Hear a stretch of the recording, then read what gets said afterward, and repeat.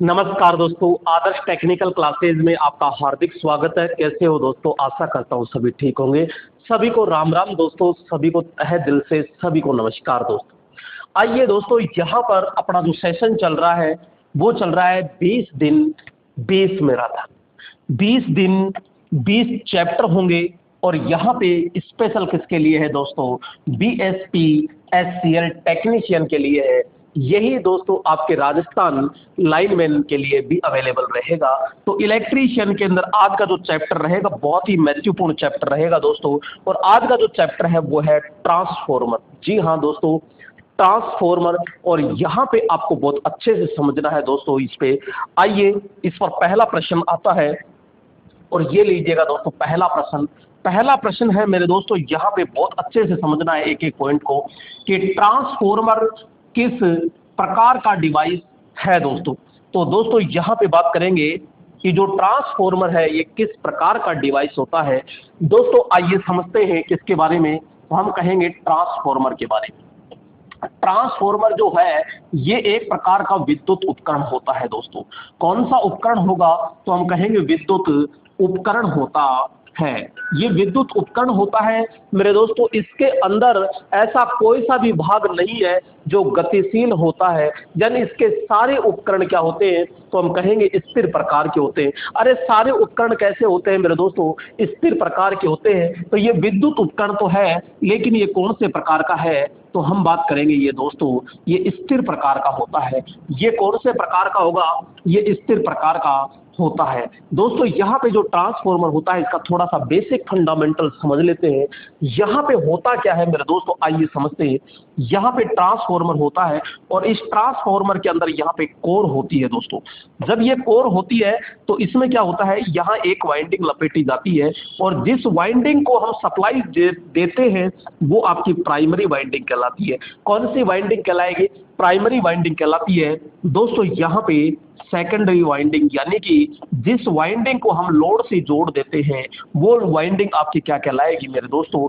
यहाँ पे secondary winding कहलाती है। जब जैसे ही सप्लाई देते हैं, और सप्लाई भी मेरे दोस्तों कौन सी होगी? ओनली फॉर एसी होती है। और जब यहाँ पे बात करेंगे, जब यहाँ एसी सप्लाई देते हैं तो इसके चारों ओर चुंबकीय क्षेत्र हो जाता है दोस्तों। ये जो चुंबकीय क्षेत्र होता है ये इस कोर के अंदर फ्लक्स होता है, यानी फ्लक्स इसके अंदर गति करेगा। और दोस्तों जैसे ही ये चुंबकीय फ्लक्स होता है तो ये परिवर्तनशील होता है, बार बार यो गतिशील करता है। और जैसे इस वाइंडिंग से टकराता है तो दोस्तों इस वाइंडिंग के अंदर क्या पैदा कर देता है? ये ईएमएफ पैदा कर देता है।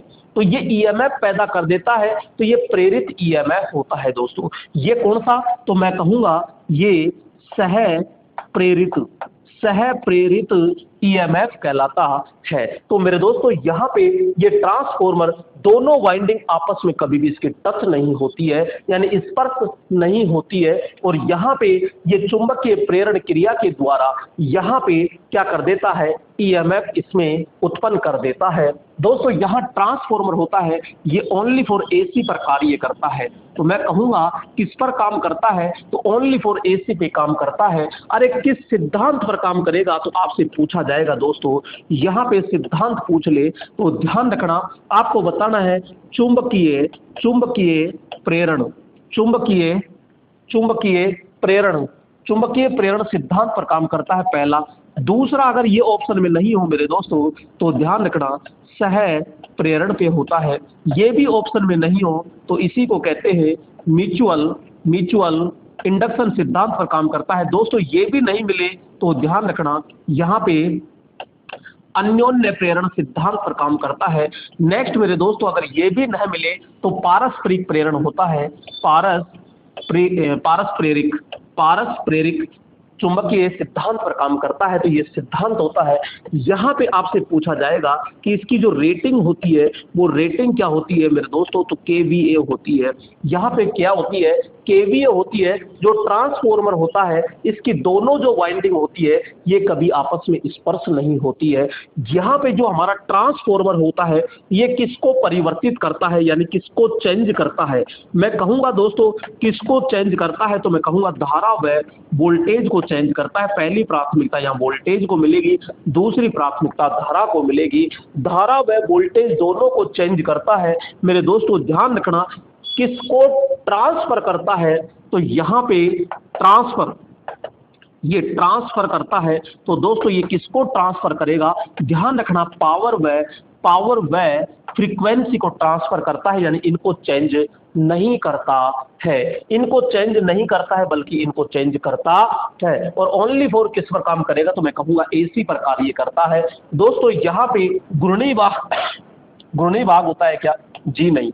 अचल, अचल का मतलब होता है फिक्स, यानी कि अचल का मतलब होता है यहाँ पे स्थिर। कौन सा होता है मेरे दोस्तों, स्थिर होता है। विद्युत स्थैतिक होता है, चुंबकीय होता है। तो राइट ऑप्शन इसमें क्या हो जाएगा कि यह एक प्रकार का अचल ट्रांसफॉर्मर होता है। बोलो आपके दोस्तों समझ में आया कि नहीं आया। ये पूरा इसका बेसिक फंडामेंटल यहाँ एक ही प्रश्न के अंदर समझा दिया। इसी प्रकार से दोस्तों आगे चलते चलेंगे। आइए नेक्स्ट प्रश्न की ओर चलते हैं, और अगला प्रश्न आपकी स्क्रीन पर आ चुका है दोस्तों। और यहाँ पे सेकंड नंबर है कि ताम्र हानियां खालिस्तान पर नगण्य होती है। तो दोस्तों ताम्र हानि जो होती है किस पर नगण्य होती है, आइए समझते हैं। तो यहाँ पर बात करेंगे दोस्तों, जो आपकी ताम्र हानि होती है, मैं पूरा ही समझा देता हूँ इसमें। ताम्र हानि, दोस्तों ताम्र हानि जो होती है ना, इसको हम कहते हैं कॉपर लॉस। क्या कहते हैं दोस्तों, कॉपर लॉस कहते हैं। ये जो ताम्र हानि होती है ये लोड पर निर्भर होती है। अब लोड कम ज्यादा होगा तो ताम्र हानि भी तो कम ज्यादा होगी ना, अरे होगी ना, ताम्र हानि कम ज्यादा होगी। क्यों, क्योंकि लोड पे डिपेंड होती है, और लोड पे डिपेंड होती है तो लोड कम तो ताम्र हानि भी कम, लोड ज्यादा तो ताम्र हानि भी ज्यादा, इसलिए ये परिवर्तित हानि होती है। कौन सी होगी, परिवर्तित हानि होती है। दोस्तों परिवर्तित हानि होती है, इसीलिए इसको वेरिएबल हानि भी कहते हैं। और दोस्तों इसके अंदर ये वाइंडिंग में होती है, इसलिए इसमें क्या होता है, जब धारा गुजरती है तो इसमें प्रतिरोध होता है, इसलिए इसको प्रतिरोधी हानि भी कहते हैं, प्रतिरोधी हानि कहते हैं। और प्रतिरोध का मात्रक ओम होता है, इसलिए इसको ओमिक हानि भी कहते हैं, ओमिक हानि भी कहते हैं मेरे दोस्तों, ध्यान रखना। और ये आपकी गतिशील हानि होती है, या आप कह सकते हो इसको गतिशील या गतिज हानि भी होती है, गतिज हानि भी होती है। इसी को हम कहते हैं मेरे दोस्तों चल हानि। तो ये दोस्तों नाम हो गए, उपनाम हो गए, कई बार पूछ लेता है। अब दोस्तों यहाँ पे अपन कहेंगे कि ताम्र हानि जो होती है ये किसके कारण प्रभावित होती है, तो अपन कहते हैं मेरे दोस्तों जो वाइंडिंग होती है, जो कुंडली होती है, इस कुंडली में प्रतिरोध, अर्थात प्रतिरोध जो होता है उसके कारण ऊष्मा होती है, और ऊष्मा के कारण हानि होती है। तो हम कहेंगे कि वाइंडिंग, क्या, वाइंडिंग में उत्पन्न प्रतिरोध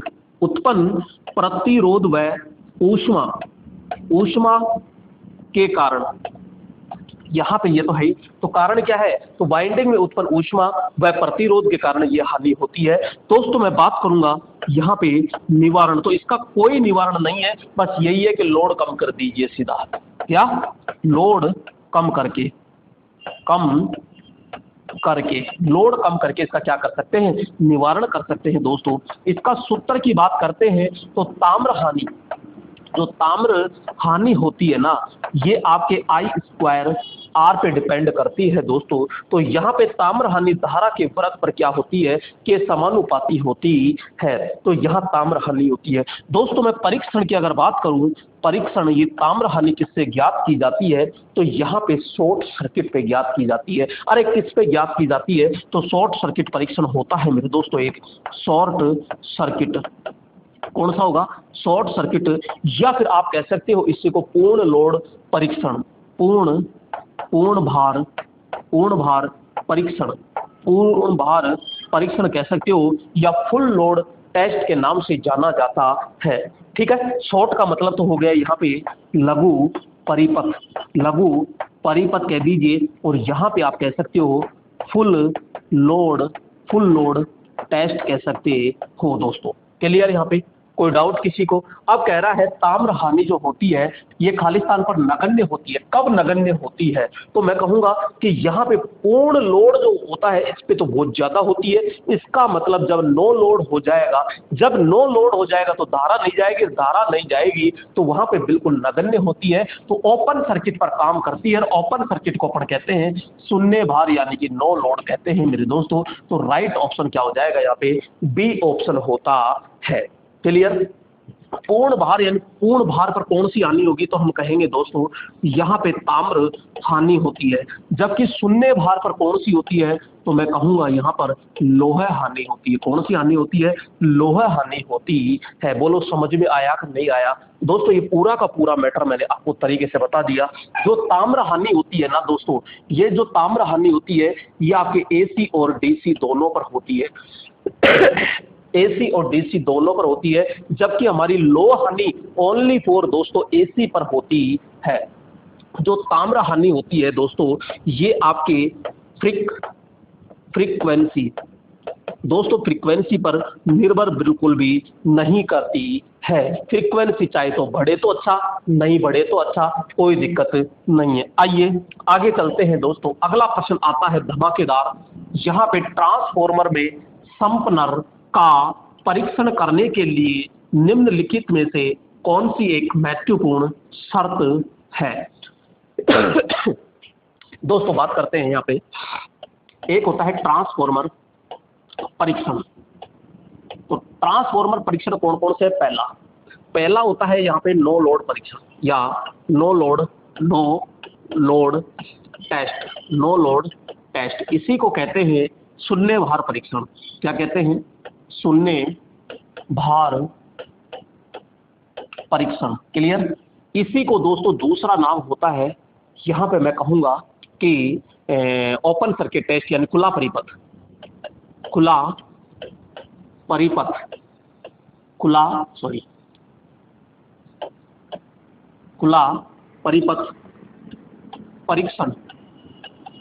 परीक्षण जिसे ओपन सर्किट टेस्ट कहते हैं।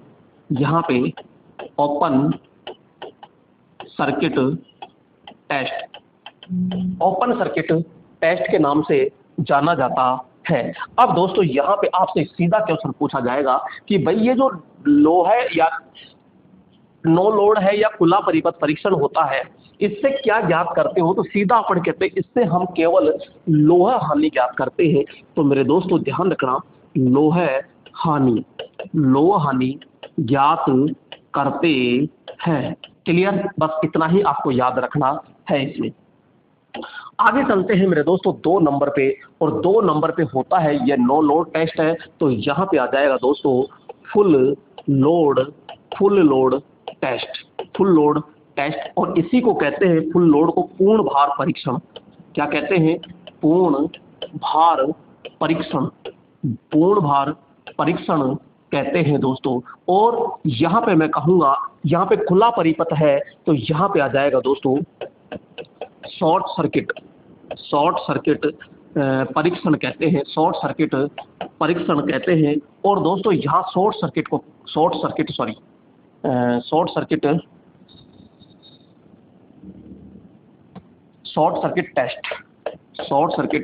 टेस्ट जिसको अपन क्या कहेंगे? लघु परिपथ परीक्षण के नाम से जाना जाता है। अब दोस्तों ये किस पर काम करेगा? तो मैं कहूंगा ये भाई साहब दोनों एक ही है, और ये काम करता है आपके ताम्र हानि ज्ञात करने के लिए। तो यहाँ पे मैं बात कहूंगा आपसे, तो ताम्र हानि ज्ञात करने के लिए, तो ताम्र हानि ज्ञात करने के लिए इसका हम प्रयोग करते हैं। अब दोस्तों यहाँ पे एक परीक्षण और आता है जिसे हम कहते हैं यहाँ पे संपनर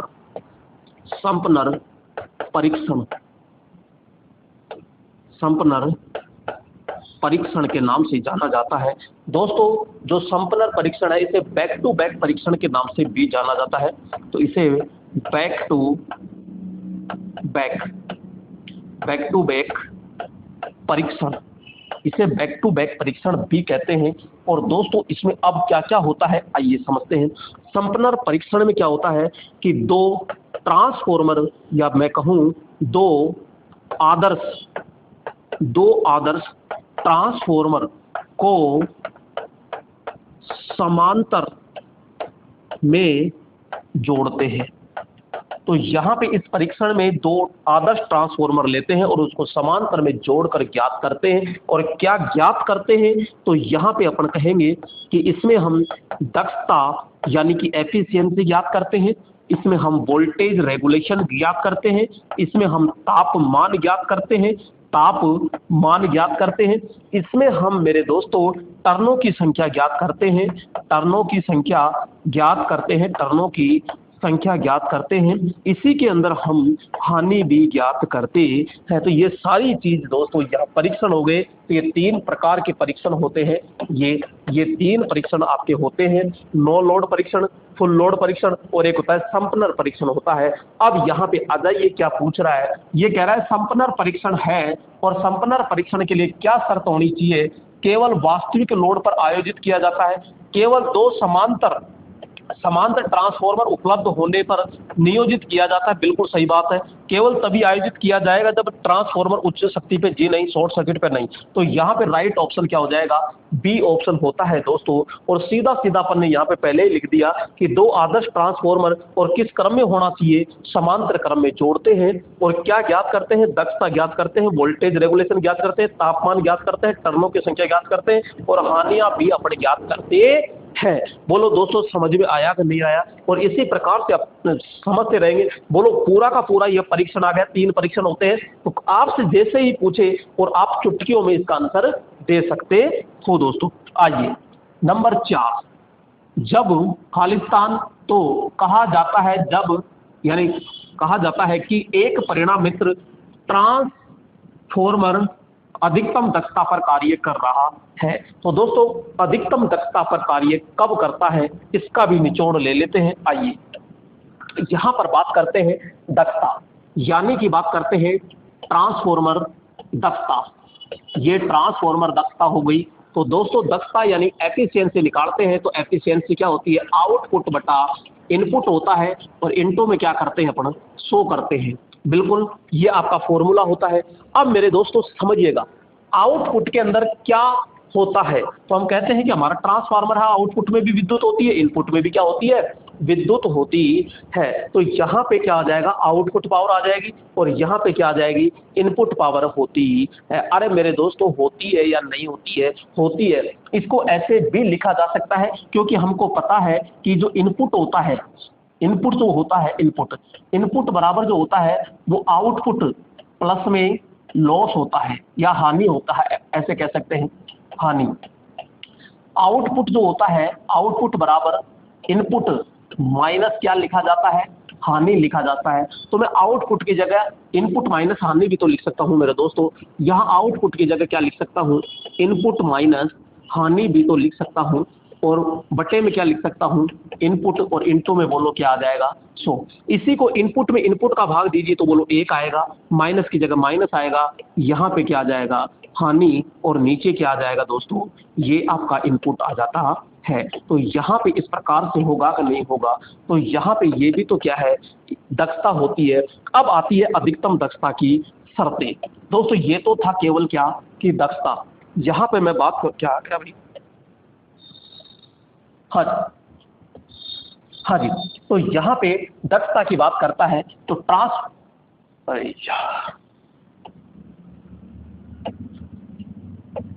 हाँ जी, तो यहाँ पे आगे बात करते हैं कि जो दक्षता होती है वो कितनी होती है। ट्रांसफॉर्मर की दक्षता होती है दोस्तों 95% से यहाँ पे 98% क्या होती है, दक्षता होती है। तो ये चीज अपन को समझ में आ गया कि 95 से 98। तो हम कहते हैं कि भैया 98 कब होती है, तो ये अधिकतम हो गई ना। तो अधिकतम दक्षता की शर्तें यहाँ पे लिखते हैं, सॉरी,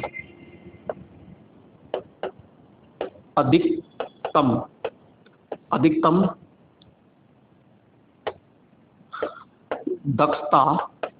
दक्षता की शर्तें। तो शर्त नंबर 1 दोस्तों, शर्त नंबर 1 होती है यहाँ पे मैं बात करूंगा शर्त नंबर 1 कि लोह हानि, क्या लोह हानि। अब लोह हानि को हम नियत हानि भी कहते हैं, तो यहाँ लोह हानि आ सकता है, नियत हानि आ सकता है, ठीक है, अचर हानि भी आ सकता है। तो लोह हानि बराबर यहाँ पे ताम्र हानि, और ताम्र हानि होती है, इसको परिवर्तित हानि भी कहते हैं, अनेक सारे नाम है, मैंने शुरू में बताया, कोई सा भी नाम आ सकता है। दूसरी शर्त जो होती है दोस्तों वो क्या होती है कि लोह हानि बटे में ताम्र हानि, बटे में क्या आ जाएगा, ताम्र हानि। दोनों का जो अनुपात होता है वो हमेशा क्या होता है, इकाई होता है। अगर एक है तो अधिकतम दक्षता पे काम करेगा।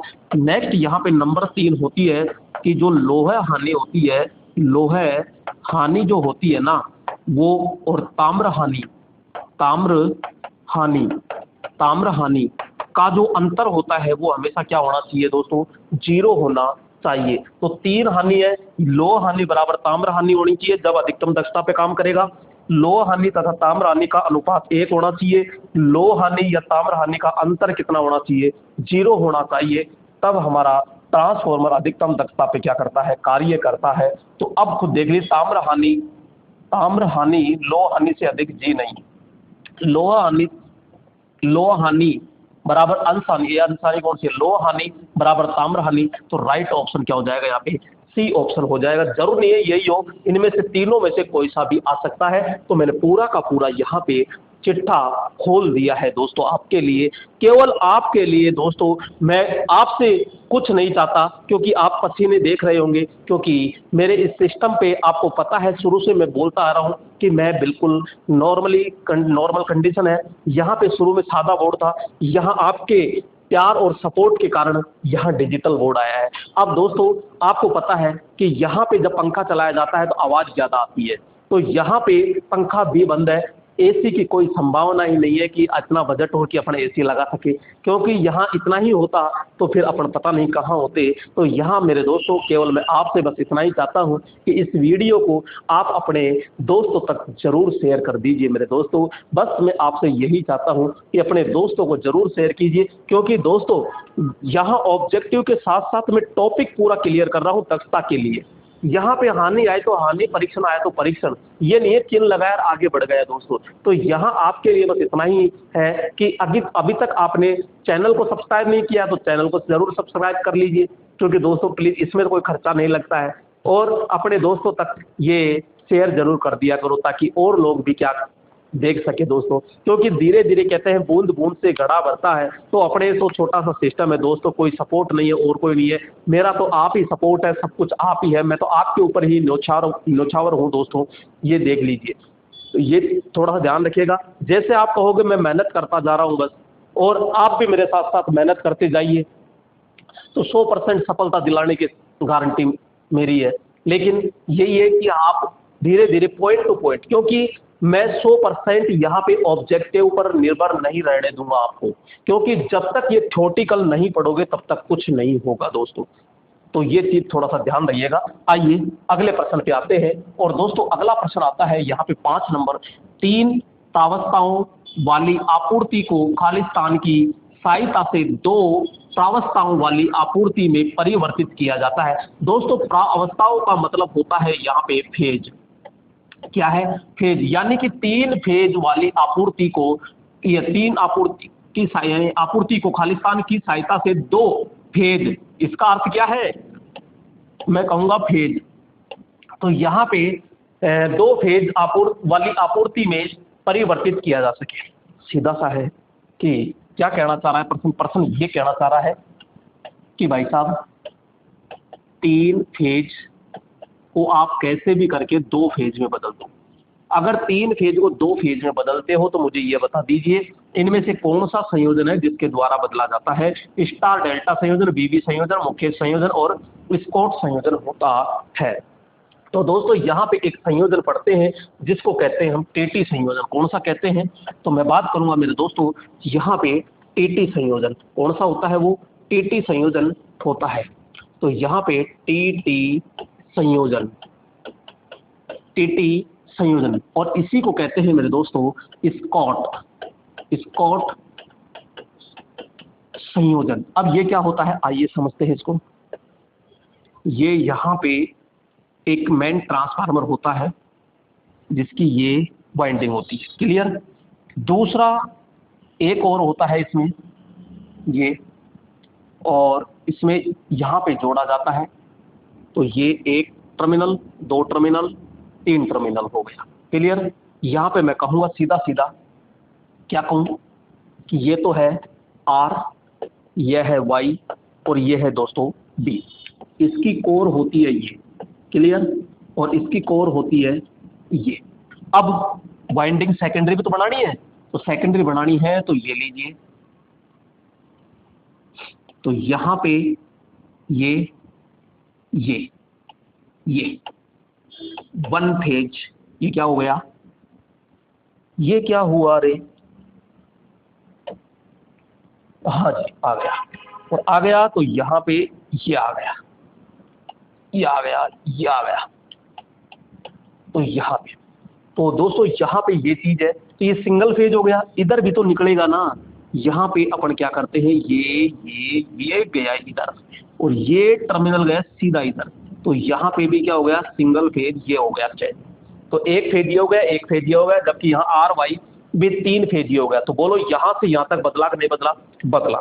और दोस्तों अब खेल आता है ये कि दोस्तों ये जो संयोजन कहलाता है, यानी ये जो ट्रांसफॉर्मर होता है, इसको क्या कहते हैं, इसको हम दोस्तों टीजर ट्रांसफॉर्मर कहते हैं। क्या कहेंगे दोस्तों, इसको हम टीजर ट्रांसफॉर्मर कहते हैं, टीजर ट्रांसफॉर्मर कहते हैं। और दोस्तों ये जो ट्रांसफॉर्मर है ना, इसको कहते हैं यहाँ पे मुख्य ट्रांसफॉर्मर कहते हैं। क्या कहते हैं, मुख्य ट्रांसफॉर्मर कहते हैं। अब मेरे दोस्तों समझो ध्यान से, ये आपकी मेन वाइंडिंग है, तो मैंने कहा कि भाई साहब ये प्राइमरी है, तो ये क्या है, सेकेंडरी, और ये टीजर के लिए ये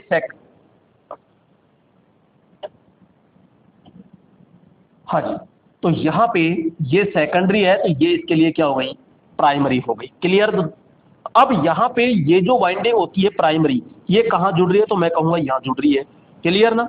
तो भैया ये इधर और इधर कितना है, तो मैं कहूँगा कि ये जो इधर है ना, ये 50% है दोस्तों ये, और इधर का जो भाग रहेगा ये भी मेरे दोस्तों 50% ही रहता है। तो 50 इधर और 50 इधर, ये ठीक है। अब इसमें टर्न की संख्या कितनी होती है, तो मैं कहूँगा अगर इसमें 100 टर्न है, तो इसके अंदर दोस्तों यहाँ पे 86.6% इसमें क्या रहते हैं, टर्न रहते हैं। और यहाँ से मेरे दोस्तों एक पॉइंट और निकलता है जिसे हम कहते हैं न्यूट्रल। तो यहाँ पे जो न्यूट्रल पॉइंट निकलेगा ना, जो न्यूट्रल पॉइंट निकलेगा वो कितना निकलेगा, तो मैं कहूँगा 1/3 भाग पर निकलेगा दोस्तों, ये 1/3। और यहाँ ऊपर जो रहेगा वो 2/3 भाग ऊपर रह जाता है। तो यहाँ से न्यूट्रल पॉइंट निकाला जाता है। यहाँ पे इसमें टर्न, सेकेंडरी में टर्न और इस सेकेंडरी के टर्न, दोनों टर्न आपस में बराबर होते हैं। दोस्तों मैंने पूरी डिटेल आपको बता दी है। कितने ट्रांसफॉर्मर, तो मैं कहूँगा भैया एक ट्रांसफॉर्मर और ये दूसरा मुख्य ट्रांसफॉर्मर, इसे टीजर ट्रांसफॉर्मर कहते हैं, इसे मेन ट्रांसफॉर्मर कहते हैं। यहाँ पे टीजर की प्राइमरी ये है जिसमें 86.6% क्या लगाते हैं, टर्न लगाते हैं। यहाँ पे 3 फेज सप्लाई देते हैं, तो आउटपुट में आपको 2 फेज सप्लाई मिलती है। तो दोस्तों इसका उपयोग अपन 3 फेज को 2 फेज में बदलने के लिए किया जाता है, जैसे कि विद्युत बत्ती होती है। तो यहाँ पे मेरे दोस्तों ये ट्रांसफॉर्मर का नाम क्या है, तो ट्रांसफॉर्मर का नाम होता है स्कॉट संयोजन। कौन सा नाम होगा दोस्तों, स्कॉट संयोजन कहते हैं। बोलो दोस्तों समझ में आया कि नहीं आया, आया तो दोस्तों आगे चलते हैं और यहाँ पे आगे बढ़ते हैं नेक्स्ट प्रश्न की ओर। एक धारा ट्रांसफॉर्मर में प्राथमिक कुंडलन में फेरों की संख्या हमेशा होती है। अब इसका मतलब यहाँ पे पढ़ेंगे दोस्तों करंट ट्रांसफॉर्मर। दोस्तों क्योंकि धारा ट्रांसफॉर्मर को अपन क्या कहते हैं, इसी को अपन कहते हैं धारा ट्रांसफॉर्मर कहते हैं, और इसको शॉर्ट में दोस्तों सीटी कहते हैं, यानी करंट ट्रांसफॉर्मर के नाम से जाना जाता है। आइए इसका पूरा चिट्ठा खोल देते हैं दोस्तों। यहाँ पे एक काम करते हैं दोस्तों, एक तरफ यहाँ पे सीटी ले लेते हैं और एक तरफ यहाँ पे पीटी ले लेते हैं। पीटी यानी पोटेंशियल ट्रांसफॉर्मर, विभव ट्रांसफॉर्मर भी आप कह सकते हो, विभव ट्रांसफॉर्मर आप कह सकते हो। अब दोस्तों इसको ध्यान पूर्वक आपको पॉइंट टू पॉइंट समझना है, यहाँ पे एक एक लाइन को समझना है दोस्तों। ये लीजिएगा, यहाँ पे क्या करते हैं, जैसे कि हम बात करते हैं कि जो लाइन होती है, क्योंकि जो सीटी होता है ना, ये लाइन के श्रेणी क्रम में जोड़ा जाता है, तो मैं कहूँगा ये यहाँ पे एक या दो टर्न होते हैं इसमें, ठीक है। तो यहाँ पे अब दोस्तों यहाँ पे मैं बात कहूँगा कि इसकी जो सेकेंडरी होती है वो पतले तार अधिक लपेट की होती है और काफ़ी सारे टर्न होते हैं। और यहाँ पे मैं बात करूँगा कि इसके अंदर एक यहाँ मीटर लगाया जाता है, और इसकी जो ये सेकेंडरी होती है ये पूर्णतः क्या होती है, बंद रहती है, पूर्णतः बंद रहती है यहाँ पे। तो मैं कहूँगा मेरे दोस्तों ये एमीटर लगा होता है, ये सेकेंडरी होती है, इसके बीच में यहाँ पे कोर होती है, और ये होती है प्राइमरी होती है। यहाँ पे ये क्या लगा होता है, तो मैं कहूँगा कि ये एक एमीटर होता है, और ये जो एमीटर होता है ये 5 एम्पियर क्षमता का होता है। कितनी एम्पियर क्षमता का होगा, 5 एम्पियर क्षमता का होता है दोस्तों। यहाँ पे इसकी जो प्राइमरी होती है, अरे P4 प्राइमरी होती है, जो प्राइमरी होती है ये मोटे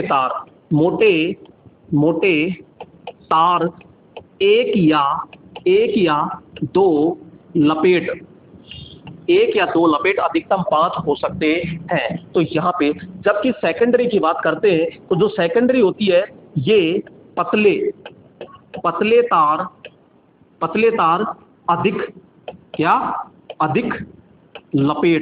अधिक लपेट के लिए होती है दोस्तों। बात करते हैं यहाँ पे एमीटर। तो ये जो एमीटर होता है, एमीटर यहाँ पे सेकेंडरी के श्रेणी में क्या होता है, संयोजित होता है दोस्तों, संयोजित होता है, ये लो संयोजित होता है। यहाँ पे आपसे क्वेश्चन पूछा जाएगा कितनी क्षमता का है, तो 5 एम्पियर क्षमता का होता है दोस्तों। यहाँ पे जो सीटी होता है ये क्या मापता है, तो मैं कहूँगा दोस्तों यहाँ पे जो सीटी होता है ना, ये क्या मापता है, अरे मेरे दोस्तों यहाँ पे जो आपका सीटी है ये उच्च धारा का मापन करता है। तो मैं बात कहूँगा उच्च धारा, तो यहाँ पे उच्च धारा का मापन व उच्च धारा से सुरक्षा, उच्च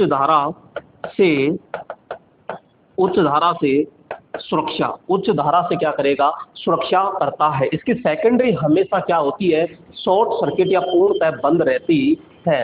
नेक्स्ट यहाँ पे लिखते हैं कि इसकी सेकेंडरी वाइंडिंग, क्या सेकेंडरी वाइंडिंग हमेशा बंद रहती है दोस्तों। हमने पूरी डिटेल इसके बारे में लिख दी। इसी प्रकार आइए इधर समझते हैं यहाँ पे। तो दोस्तों यहाँ पे क्या होता है, ये इस प्रकार से होता है यहाँ पे। अब इसमें क्या होता है कि जो प्राइमरी होती है ना, ये दोस्तों अनेक लपेट की होती है, और ये दोस्तों इस प्रकार से समांतर में होता है। इसकी सेकेंडरी यहाँ पे होती है और एक या दो लपेट में होता है यो, ठीक है। और यहाँ पे लगाया जाता है लोड, ये प्रतिरोध होता है दोस्तों। और यहाँ पे फिर लगाया जाता है एक क्या, वोल्ट मीटर। तो यहाँ पे मेरे दोस्तों ये लगा दिया हमने वोल्ट मीटर। तो ये जो वोल्ट मीटर होता है यहाँ पे लिखेंगे अपन वोल्ट मीटर। तो ये वोल्ट मीटर होता है, और ये कितनी क्षमता का होगा, तो 110 वोल्ट मीटर। तो 110 वोल्टेज क्षमता का होता है।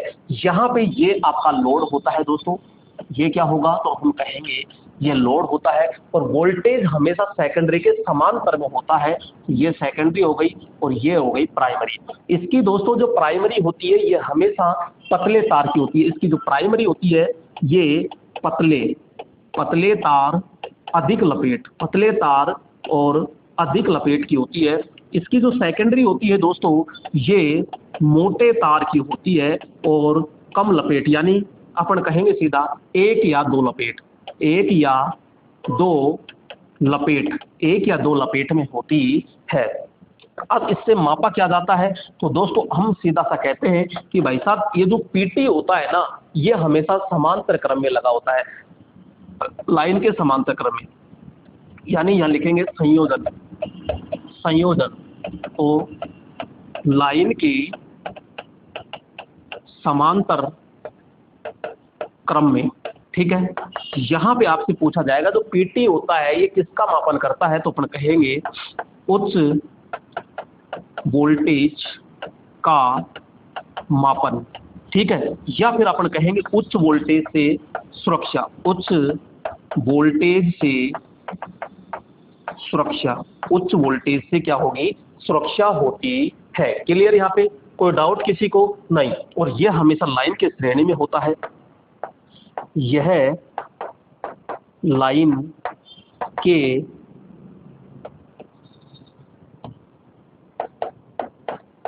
श्रेणी में संयोजित होता है। दोस्तों मैंने पूरी की पूरी चीजें बता दी है। अब यहाँ पे जो प्रश्न है वो आप खुद करोगे। देखो क्या कह रहा है, करंट ट्रांसफार्मर की प्राइमरी कुंडली में फेरों की संख्या, फेरों का मतलब होता है लपेटों की संख्या। तो मेरे दोस्तों ये प्राइमरी मोटे तार 1-2 लपेट में, प्राइमरी में यानी कि मोटे तार 1-2 लपेट में। तो द्वितीय कुंडली में ये क्या पूछ रहा है, फेरों की संख्या हमेशा होती है।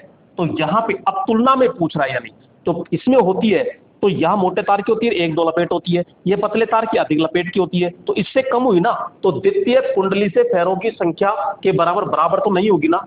यहाँ पे द्वितीय कुंडली के फेरों की संख्या से कम, फेरों की संख्या से कम, बिल्कुल सही बात है। फेरों की संख्या से देखो इसमें बहुत ज्यादा है और इसमें क्या है, तो द्वितीय कुंडली ये है और प्राइमरी ये है, तो द्वितीय कुंडली से फेरों की संख्या में कम। मेरे दोस्तों अगर आप पॉइंट को समझ जाते हो, अरे कोई माइका लाल नहीं है जो आपको रोक दे, आपको एग्जाम में रोक दे, इस चीज का मैं वादा करता हूं, सीना ठोक के कहता हूं।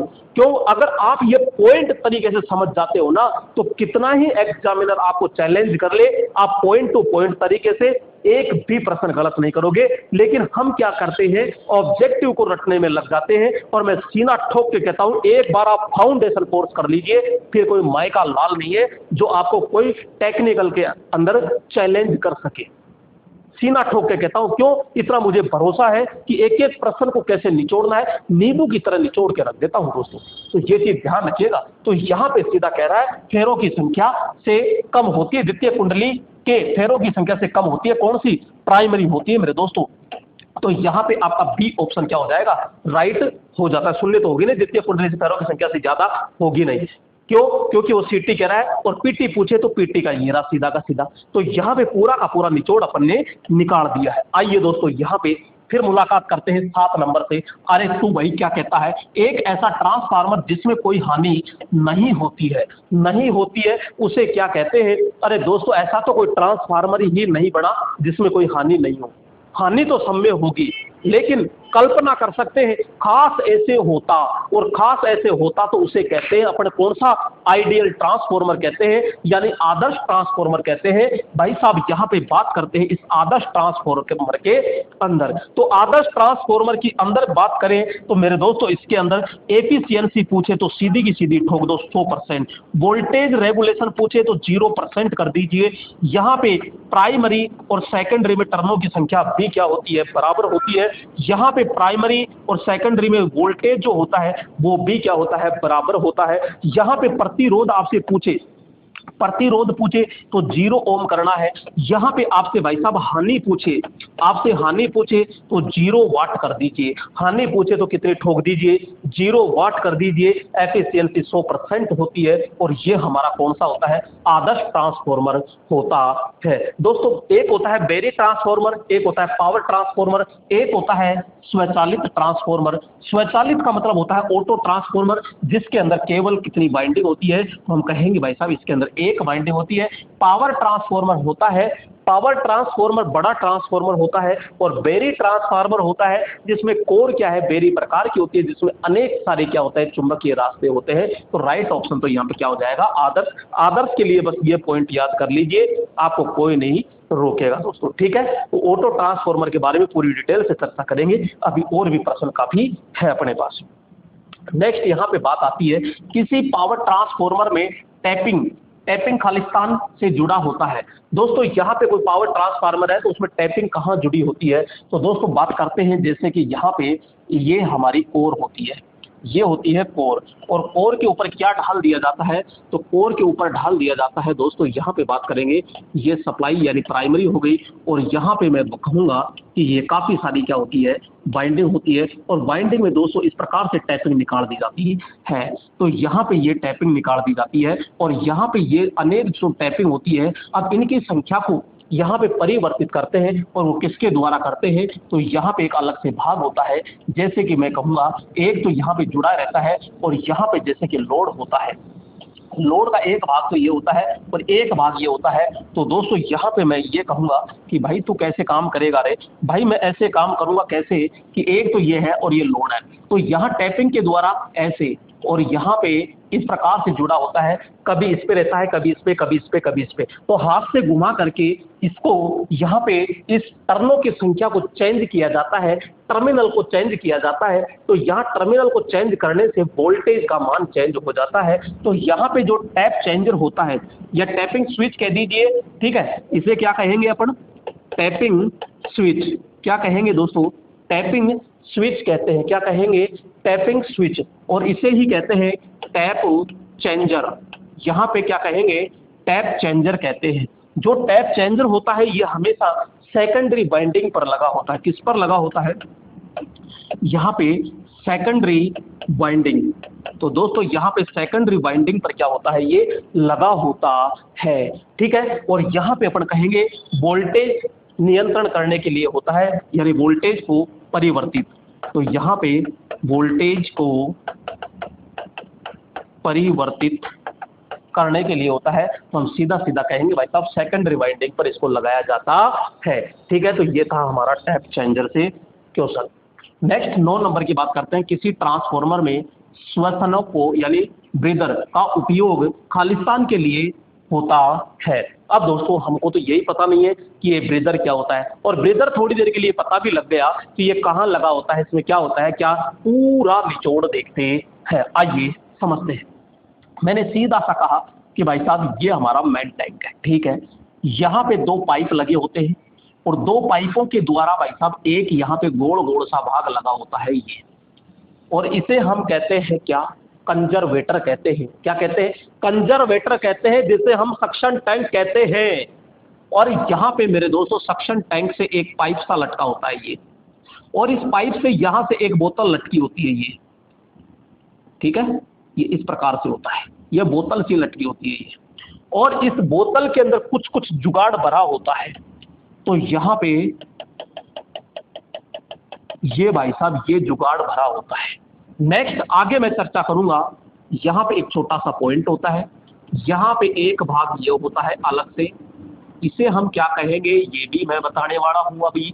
यहाँ पे एक यंत्र भी होता है यहाँ पे, और इसके अंदर यहाँ पे मेरे दोस्तों क्या होती है, तो हम कहेंगे कोर होती है। बहुत सारी चीजें होती है, तो एक एक अपन चर्चा कर लेते हैं। सबसे पहले तो मैं कहूँगा ये कोर होती है, और कोर पर क्या लपेटी जाती है, बाइंडिंग। कोर होती है जो सिलिकॉन स्टील की लेमिनेटेड पत्तियों से बनी होती है। क्लियर, ये हो गया टंटा समा। और इसके अंदर मेरे दोस्तों क्या भरा होता है, तो यहाँ पे मैं बात करूंगा कि इसके अंदर फुल क्या भरा होता है, तो यहाँ पे ये ऑयल भरा होता है। यहाँ पे इसके अंदर भी ये आधी टंकी क्या होती है, ऑयल होती है। दोस्तों ध्यान रखना, यहाँ पे इस प्रकार के ये पाइप भी लगे होते हैं, ये इस प्रकार के। तो इस पाइपों में भी ऑयल रहता है दोस्तों। इसका नाम होता है, यहाँ पे मैं बात करूंगा कंजर्वेटर। ये कंजर्वेटर है, और इसे मैं कहता हूँ सक्शन। जो ये होता है एक्सप्लोजन वेंट होता है, यहाँ पे एक्सप्लोजन वेंट कहते हैं, एक्सप्लोजन वेंट या विस्फोटक वाल्व के नाम से जाना जाता है। दोस्तों यहाँ पे सीधी सीधी रामायण गाथा जो गाते हैं वो अपनी होती है यहाँ पे। ये क्या होता है, तो अपन कहते हैं भाई साहब इसका नाम होता है ब्रीदर। इसको ही कहते हैं श्वसक कहते हैं, इसको ही कहते हैं सेंस कहते हैं, इसे अभिदिशक भी कहते हैं, अनेक सारे नाम है दोस्तों। अब यहाँ मुझे समय जो है यहाँ पे रुकने की अनुमति नहीं देता, नहीं तो एक एक टॉपिक में 2-2 घंटे लग जाते हैं। फाउंडेशन बेस कोर्स के अंदर आप देखना क्या हालात होते हैं दोस्तों, ऐसे रटा देता हूँ जो कल्पना नहीं कर सकते दोस्तों। ब्रीदर, और ब्रीदर के अंदर क्या भरा होता है, ये माल मेट्रोल, और इस माल मेट्रोल को दोस्तों अपन कहते हैं यहाँ पे सिलिका। क्या कहते हैं, सिलिका जेल कहते हैं। अरे क्या कहते हैं, सिलिका जेल कहते हैं। सिलिकॉन डाइऑक्साइड होता है, यह रासायनिक पदार्थ होता है दोस्तों। क्या होता है, रासायनिक, रासायनिक क्या होता है, ये पदार्थ होता है। ये रासायनिक पदार्थ होता है जो सिलिकॉन डाइऑक्साइड होता है। क्या होता है, ये सिलिकॉन, सिलिकॉन डाई ऑक्साइड होता है भाई साहब, ऑक्साइड होता है। तो सिलिकॉन डाइऑक्साइड होता है दोस्तों। यहाँ पे अगर मैं रंग की बात करता हूँ तो रंग में 3 कंडीशन देता है, ये 3 कंडीशन देता है। सिलिका जेल का जो रंग होता है उसका 3 कंडीशन देता है। पहली कंडीशन मेरे दोस्तों वो कहता है कि जब आपकी सिलिका जेल क्या हो, कि भाई साहब आपकी सिलिका जेल पूर्णतः क्या हो, शुष्क हो। अरे शुष्क को कहते हैं शुद्ध हो। क्या कहते हैं, शुद्ध। इसको पूर्णतः क्या कहते हैं, तो जब सूखी होती है तो वो शुद्ध भी होती है। दूसरी चीज अपन कहते हैं अर्ध नमी, अर्ध नमी। और एक होता है भाई पूर्ण नमी, पूर्ण नमी। और पूर्ण नमी को कहते हैं बिल्कुल खराब यानी कि बेकार अपन कहते हैं।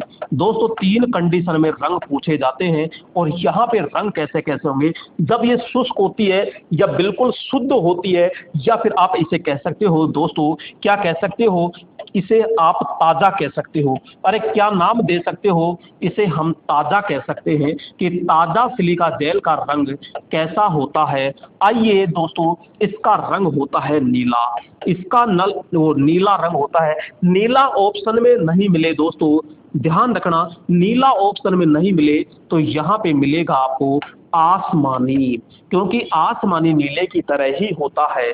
नेक्स्ट यहाँ पे बात करेंगे, अर्ध नमी हो जाती है तो इसका रंग हो जाता है दोस्तों बैंगनी। क्या हो जाता है, बैंगनी। और मेरे दोस्तों जब पूर्ण नमी हो जाए या बेकार हो जाती है तो यहाँ पे अपन क्या करेंगे, हल्का लाल गुलाबी होता है तो गुलाबी को पहली प्राथमिकता देते हैं, गुलाबी को पहली प्राथमिकता देते हैं। गुलाबी ऑप्शन में नहीं आए तो फिर सफेद आता है दोस्तों, ध्यान रखना, सफेद। तो यहाँ पे पहली प्राथमिकता इसको देनी है और यहाँ पे पहली प्राथमिकता इसको देनी है। इसका काम क्या है, सिलिका जेल का काम क्या होता है, तो मैं कहूंगा कि जब ये ऑयल नीचे की तरफ आता है ना, ये ऑयल जब नीचे की तरफ आता है तो इसमें से हवा, यानी कि यहां से हवा अंदर जाती है तो उस हवा से नमी जो होती है, हवा के अंदर नमी होती है, उस नमी को अवशोषित कर लेता है, रोक लेता है और शुष्क हवा को अंदर जाने देता है। तो अपन कहेंगे हवा से नमी को अवशोषित करना।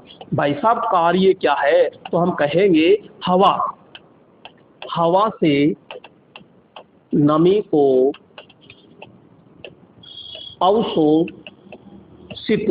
अवशोषित करना। ये लो कार्य क्या है, हवा से नमी को अवशोषित करना सिलिका जेल का कार्य होता है। बोलो मेरे दोस्तों यहाँ पे समझ में आया या नहीं आया।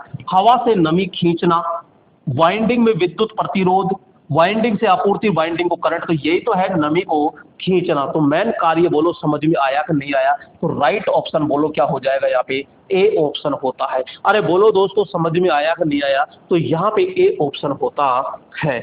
आइए आगे चलते हैं दोस्तों 10 नंबर पे, ट्रांसफॉर्मर के प्राथमिक और द्वितीयक में वोल्टेज और विद्युत धारा किस प्रकार संबंधित होती है। यानी कि मेरे दोस्तों यहाँ पे आता है ट्रांसफॉर्मर का ट्रांसफॉर्मेशन रेशियो यानी रूपांतरण अनुपात। तो हम कहेंगे ट्रांसफॉर्मर का रूपांतरण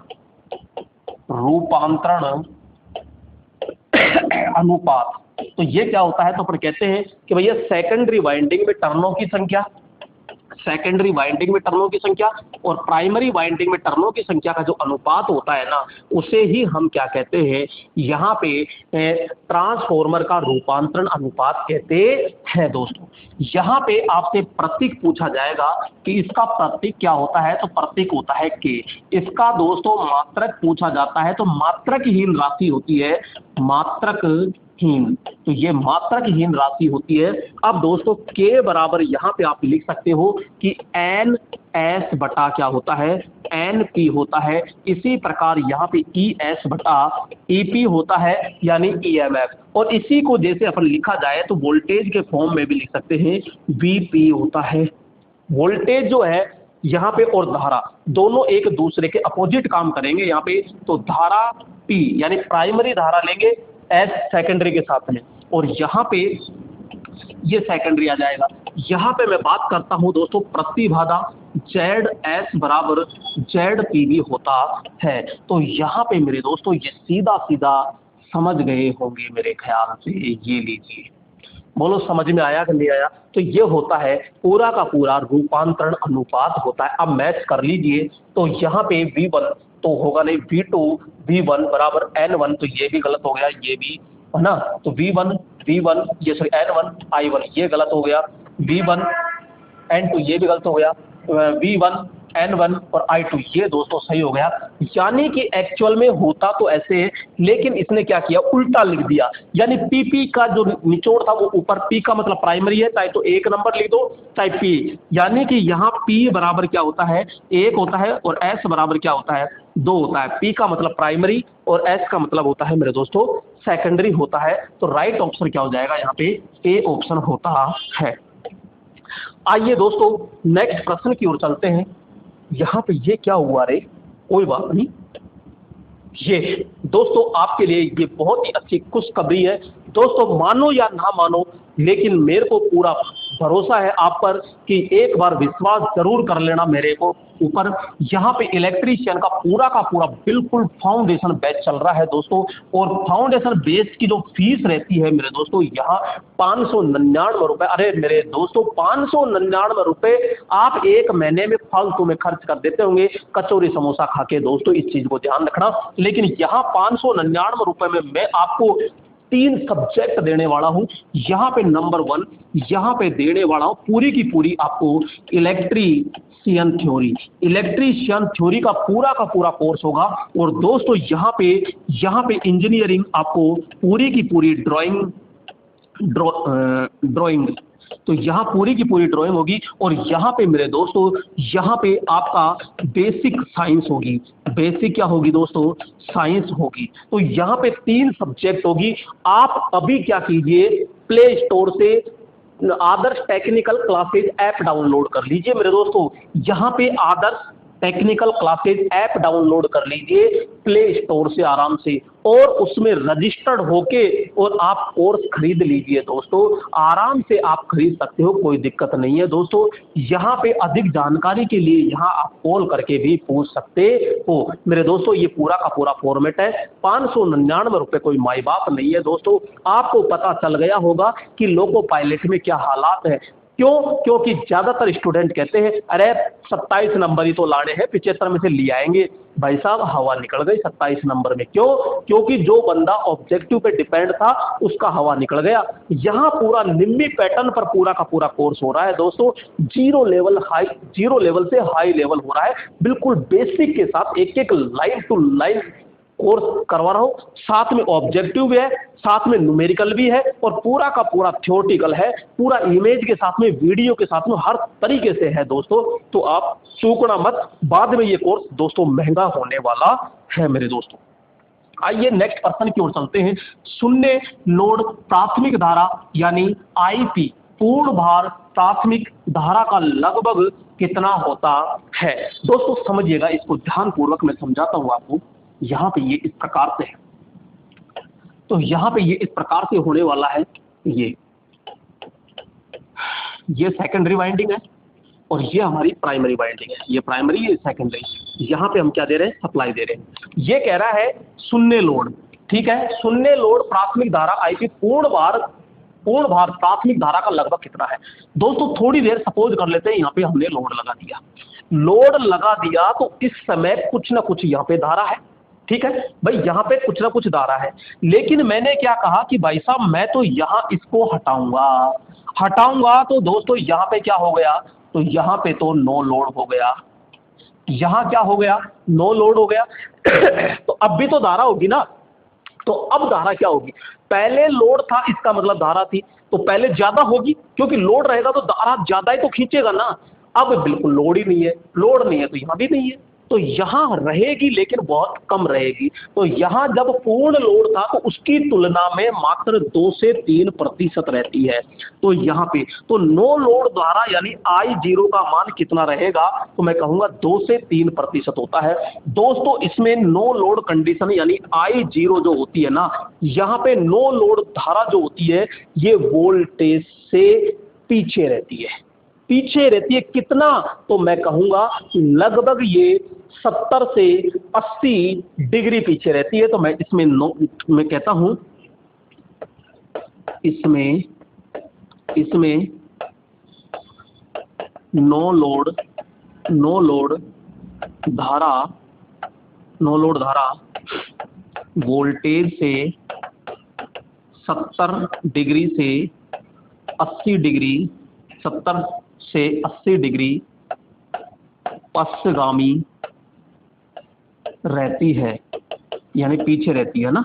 पश्चगामी का मतलब क्या है दोस्तों, पीछे रहती है। तो यहाँ पे कितना रहेगा मान, तो 2 से 3%। तो 2 से 3% तो है नहीं, तो 3 से 5 कर देंगे तो राइट ऑप्शन तो क्या हो जाएगा, यहाँ पे बी ऑप्शन होता है। दोस्तों ऐसा प्रश्न बार बार पूछा जाएगा, तो यहाँ पे ध्यान रखना, इसके अंदर धारा का मान क्या होगा 0, वोल्टेज का मान भी क्या होगा 0 होगा, क्योंकि वाइंडिंग टूटा पड़ा है परिपथ, इसलिए यहाँ कुछ भी नहीं होगा। तो यहाँ पे ये रहे, क्योंकि ये नो लोड है यानी खुला परिपथ होता है। क्लियर। नेक्स्ट प्रश्न की ओर चलते हैं दोस्तों, और अगला प्रश्न है यहाँ पे कि एक ट्रांसफार्मर की दक्षता किनके बीच होनी चाहिए। तो दोस्तों शुरू में बता दिया था 95 से 98%, तो ऐसा ऑप्शन नहीं है, तो 90 से 98 है, तो सीधा ऑप्शन आपका राइट हो गया, ये लीजिएगा। नेक्स्ट है नमी युक्त सिलिका जेल का रंग। दोस्तों अभी जस्ट थोड़ी देर पहले बताया था मैंने कि जब नमी हो जाती है, पूर्णतः नमी हो जाती है, तो पूर्णतः नमी हो जाती है तो बोलो क्या आ जाएगा, तो हम कहेंगे हल्का लाल गुलाबी होता है। तो लाल भी है गुलाबी भी है, तो यहाँ गुलाबी को पहली प्राथमिकता दी जाती है। ठीक है ना दोस्तों। तो यहाँ पे हल्का लाल गुलाबी होता है, तो यहाँ पे गुलाबी को पहली प्राथमिकता, वो हल्का लाल गुलाबी होता है तो गुलाबी को पहली प्राथमिकता दी जाती है। लेकिन आपको दोस्तों पूछ ले कि ताजा सिलिका जेल का होता है, तो ताजा का नीला होता है। कैसा होता है, नीला होता है। क्लियर। नेक्स्ट आगे चलते हैं दोस्तों, यहाँ पे वेराइक क्या होता है। दोस्तों यहाँ पे समझना वेराइक क्या है, तो वेराइक एक ट्रांसफॉर्मर होता है, और इसमें होता क्या है, यहाँ पे मैं बात करूंगा कि यहाँ पे ये एक वाइंडिंग होती है, और ये वाइंडिंग होती है, इसमें से लगभग क्या होता है, ये सेकेंडरी वाइंडिंग होती है दोस्तों। यहाँ पे इस प्रकार से होता है, और ये क्या होती है, प्राइमरी। ठीक है, ये आपकी सेकेंडरी वाइंडिंग होती है ये, और सेकेंडरी वाइंडिंग में लगभग 7-8 टर्न निकले होते हैं ना, तो यहाँ वोल्टेज परिवर्तन किया जाता है। तो विभिन्न वोल्टेज यानी वोल्टेज परिवर्तित तो ये वोल्टेज परिवर्तित करने के लिए टैप्ड निकाले जाते हैं। तो ये टैप्ड निकालते हैं, तो इसी को वेराइक ट्रांसफॉर्मर कहते हैं। तो विभिन्न वोल्टता ऐसी प्रदान करने वाला उपकरण होता है 8 से 10 टैपिंग वाला ऑटो ट्रांसफार्मर। जी हाँ मेरे दोस्तों, एक प्रकार का ये ऑटो ट्रांसफॉर्मर ही होता है, क्योंकि इसमें केवल ये एक ही वाइंडिंग होती है, यानी इसको इस प्रकार से जोड़ दिया जाता है, यानी ये होता है और इसमें इस प्रकार से होता है। तो ये एक प्रकार का ऑटो ट्रांसफॉर्मर होता है, ये बी ऑप्शन। ठीक है। आइए नेक्स्ट 15 नंबर, ट्रांसफॉर्मर का क्रोड बनाने के लिए सबसे उपयुक्त सामग्री कौन सी है। दोस्तों शुरू में कहा था मैंने कि यहाँ पे ये कोर होती है, और कोर बिल्कुल क्या होनी चाहिए, पतली होनी चाहिए। तो यहाँ पे अपन कहेंगे कि जो हमारी क्रोड होती है, ये जो क्रोड होती है, ये सिलिकन स्टील की लेमिनेटेड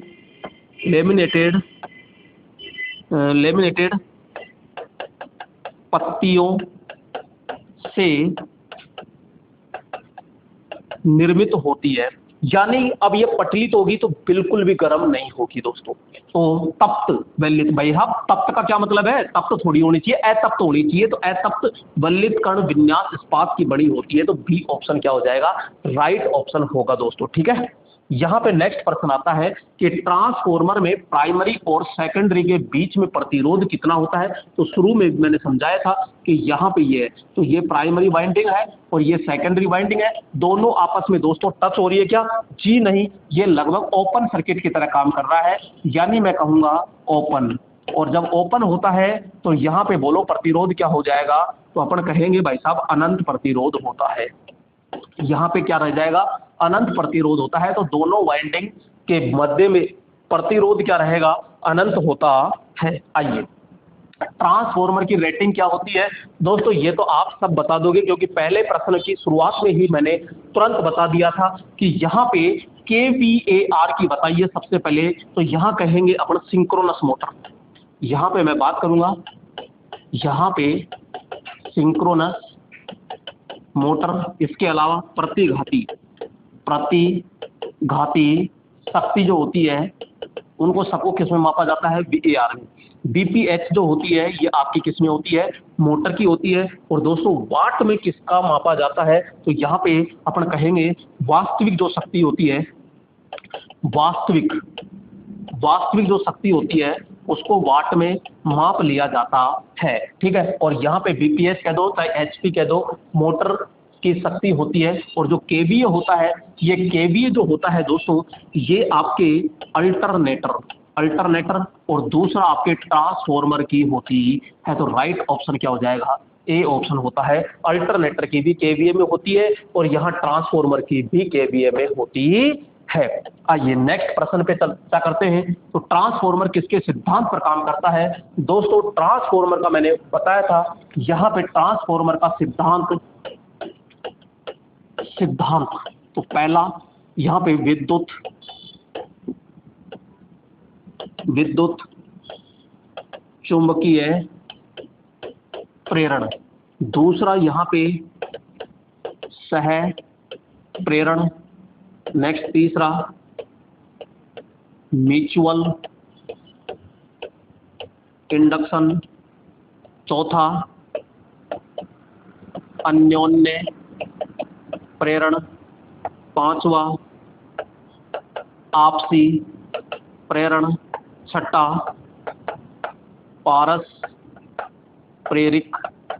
पारस्परिक प्रेरण। दोस्तों यहाँ पे कोई सा भी एक वर्ड देखने को मिल जाए, यहाँ पे इलेक्ट्रोमैग्नेटिक इंडक्शन भी देखने को मिलेगा, इंग्लिश में ध्यान रखना। तो यहाँ कोई सा मिल जाए लेकिन सबका बाप ये है, तो पहली प्राथमिकता इसको देनी है। तो फैराडे का चुंबकीय प्रेरण नियम होगा, राइट ऑप्शन हो जाएगा ये। जूल नियम जो होता है दोस्तों, ये हीट के लिए होता है, H बराबर I²RT होता है। जो लेंज नियम होता है केवल AC पर कार्य करता है। ओम नियम होता है, ये V बराबर क्या होता है, IR होता है, और ये AC और DC दोनों पर कार्य करता है।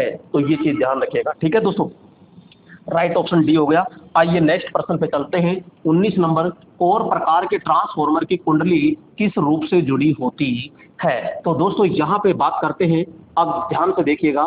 तो यहाँ पे मैं कहूँगा ये आपके कोर है, ठीक है। और ये जब कोर है तो यहाँ पे मैं कहूँगा कि भाई साहब एक वाइंडिंग तो ये है इसमें, तो यहाँ पे ये, और सेकेंडरी वाइंडिंग ये हो गई जिसको हम लोड से संयोजित करते हैं। अब ये दोनों वाइंडिंग मुझे बताइए किससे जुड़ रही है। तो मैं कहूँगा भाई साहब इसमें जैसे ही हमने सप्लाई दी और सप्लाई देते इसमें चुंबकीय क्षेत्र आ गया था, यहाँ पे ये चुंबकीय क्षेत्र आ गया तो चुंबकीय क्षेत्र इधर चला गया और चुंबकीय क्षेत्र इधर आ गया। तो चुंबकीय क्षेत्र से जुड़ रही है कि नहीं जुड़ रही है, जी हाँ। तो इसमें दोनों जो वाइंडिंग होती है ये चुंबकीय रूप से क्या होती है, जुड़ी होती है, ठीक है। लेकिन मेरे दोस्तों ध्यान रखना, ऑटो ट्रांसफॉर्मर, यहाँ पे ऑटो ट्रांसफॉर्मर के अंदर क्या होता है, यहाँ पे ध्यान रखना, ऑटो ट्रांसफॉर्मर के अंदर यहाँ पे इस प्रकार से होता है ये लोड। तो यहाँ पे ऑटो ट्रांसफॉर्मर में ये धारा भी आती है और चुंबक भी होता है। तो ऑटो ट्रांसफॉर्मर में दोनों वाइंडिंग यानी विद्युतीय व चुंबकीय दोनों रूप से जुड़ी होती है। तो ध्यान रखना, विद्युतीय और चुंबकीय दोनों रूप से क्या होती है, जुड़ी होती है। किसमें, ऑटो ट्रांसफॉर्मर में। और जो सामान्य ट्रांसफॉर्मर होता है इसमें केवल चुंबकीय रूप से ही क्या होती है, जुड़ी होती है। तो कोर ट्रांसफॉर्मर कह रहा है इसलिए मात्र चुंबकीय कोर से जुड़ी होती है। क्लियर दोस्तों, ठीक है। आगे चलते हैं, अगला प्रश्न आता है यहाँ पे, और अगला प्रश्न आता है 20 नंबर, ऑटो ट्रांसफॉर्मर की कुंडली किस रूप से जुड़ी होती है। ऑटो ट्रांसफॉर्मर, ये देख लो, दोस्तों अभी तो जस्ट समझाया है। अरे ये लीजिए ना, तो ये लीजिए ऑटो के बारे में ही तो है, विद्युतीय और चुंबकीय, और यहाँ से तुरंत कह दिया आपसे। तो ऑटो के रूप से, ऑटो के लिए होती है तो हम कहेंगे दोनों के रूप से जुड़ी होती है। क्लियर दोस्तों, मैंने पीछे डायग्राम बना दिया था इसलिए। यहाँ पे कौन से ट्रांसफॉर्मर सबसे अच्छी कूलिंग होती है दोस्तों? कोर, सेल और बेरी। दोस्तों मैं बात करूंगा, देखो ध्यान से, एक होता है कोर, एक होता है यहाँ पे सेल, और एक होता है दोस्तों बेरी। क्लियर? इसका मैं थोड़ा सा डायग्राम बना देता हूं। ये इस प्रकार से डायग्राम होता है। इसका जो डायग्राम होगा दोस्तों वो इस प्रकार से होगा ये, और इसका डायग्राम इस प्रकार से होगा दोस्तों यहाँ पे। तो इसमें बीच में यहाँ वाइंडिंग होती है, ठीक है। यहाँ पे इसमें जो वाइंडिंग होगी वो इस पे होगी, दोनों वाइंडिंग, तो दोनों वाइंडिंग यहाँ होती है, और इसमें जो वाइंडिंग होगी वो वाइंडिंग यहाँ होती है दोस्तों। अब इसमें क्या क्या पूछेगा आपसे? सबसे पहले पूछेगा इसमें लिंब, कि दोस्तों इसमें लिंब की संख्या बता दीजिए। दोस्तों लिंब की संख्या क्या होती है? तो हम कहेंगे जो भाग खड़ा रहता है ना, जो भाग खड़ा होता है उसे लिंब कहते हैं। तो बोलो इसमें कितने लिंब है? 2 लिंब है, तो इसमें 2 लिंब है।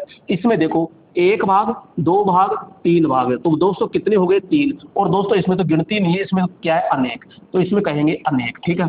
नेक्स्ट आपसे पूछा जाता है योग। तो दोस्तों योग कितने होंगे? तो भाई साहब नीचे जो क्षैतिज होता है उसे योग कहते हैं। क्षैतिज होता है उस, देखो मैं समझा देता हूं दोस्तों, यहाँ पे आप कंफ्यूज हो जाएंगे नहीं तो। यहाँ पे दोस्तों जो भाग खड़ा होता है, ये जो भाग खड़ा होता है इसको तो कहते हैं अपन क्या? लिंब। इसे क्या कहते हैं? लिंब। और दोस्तों जो भाग यहाँ पे आड़ा होता है, ये क्षैतिज होता है ना, इस भाग को कहते हैं हम योग। क्या कहते हैं? योग। और यानी यहाँ पे 2 लिंब होती है, 2 लिंब का जो बीच का जो भाग होता है उसे क्या कहते हैं दोस्तों? उसे कहते हैं विंडो कहते हैं। तो आप खुद देख लीजिए योग कितने हो गए? 1 और 1 2, यहाँ पे 1 और 1 2 हो गया, ठीक है। इसमें अनेक होते हैं। नेक्स्ट यहाँ पे आपसे पूछा जाएगा कि भाई साहब विंडो बता दीजिए। तो कोर वाले में विंडो कितनी है? केवल 1 ही तो है ये। तो मैं कहूँगा भाई साहब इसमें तो 1 है, और इसमें देखो 1 और 1 2 होता है। यहाँ पे आपसे क्वेश्चन पूछा जाएगा कि चुंबकीय फ्लक्स मार्ग। तो चुंबकीय फ्लक्स मार्ग देखो यहाँ से गया सीधा सीधा सीधा सीधा सीधा और ये निकल गया, तो इसमें चुंबकीय फ्लक्स मार्ग कितना? 1। यहाँ देखो यहाँ बनेगा ना, तो यहाँ से इधर गया, और भाई साहब इधर से भी तो आएगा ये। तो यहाँ पे कितने मार्ग हो गए? 2 मार्ग हुए।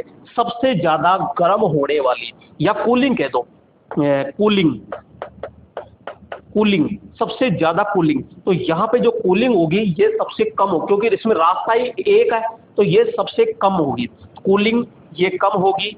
यहाँ कहेंगे अधिक होगी, और ये जो होती है ये बहुत अधिक होगी, बहुत बहुत अधिक, ठीक है। तो ये बहुत अधिक कूलिंग होगी, ये अधिक कूलिंग होगी, और ये कम कूलिंग होती है। कूलिंग का मतलब होता है ठंडा दोस्तों, ठीक है। गर्म की बात करते हैं तो सबसे ज्यादा गर्म, फिर थोड़ी कम होती है, ये बहुत कम होती है, ठीक है। तो यहाँ पे मैंने पूरा का पूरा बता दिया। तो क्या पूछ रहा है? सबसे अच्छी कूलिंग है, और अच्छी कूलिंग का मतलब है बहुत अधिक कूलिंग, यानी सबसे अच्छी कूलिंग होती है। और वो कौन हो जाएगा? तो मैं कहूँगा यहाँ पे बेरी प्रकार का ट्रांसफॉर्मर होता है। बोलो दोस्तों समझ में आया कि नहीं आया? ये पूरी चीज मैंने बता दी दोस्तों। यहाँ पे ट्रांसफॉर्मर कौन से तेल का प्रयोग करता है?